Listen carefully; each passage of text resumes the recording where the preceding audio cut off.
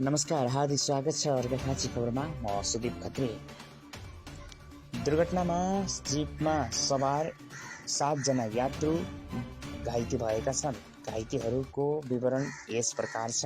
भोजराज भुसाल 70 वर्ष, मालारानी 1 छाती र ढाडमा भित्री चोट अवस्था गम्भीर, कमला देवी पाण्डे 68 वर्ष, छत्रदेव 7 टाउकोमा चोट अवस्था सामान्य, रीमा भुसाल 60 वर्ष, मालारानी 1 ढाड तथा घाँटीमा चोट अवस्था सामान्य, कमला सुवेदी 55 वर्ष, बुटवल 16 रानीगञ्ज टाउकोमा चोट अवस्था सामान्य, बेलबहादुर कुमाल 28 वर्ष, पाण्डेनी 1 चालक शरीरका विभिन्न भागमा चोट अवस्था गम्भीर, पूजा पाण्डे 18 वर्ष, मालारानी 7 दायाँ कानमा चोट अवस्था सामान्य।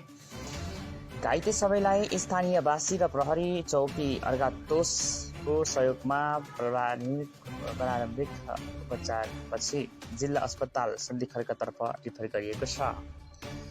प्रहरीले घटनाको थप अनुसन्धान गरिरहेको जनाएको छ। हवस् त, धन्यवाद। म आभासको साथी सदीप खत्री। नमस्ते।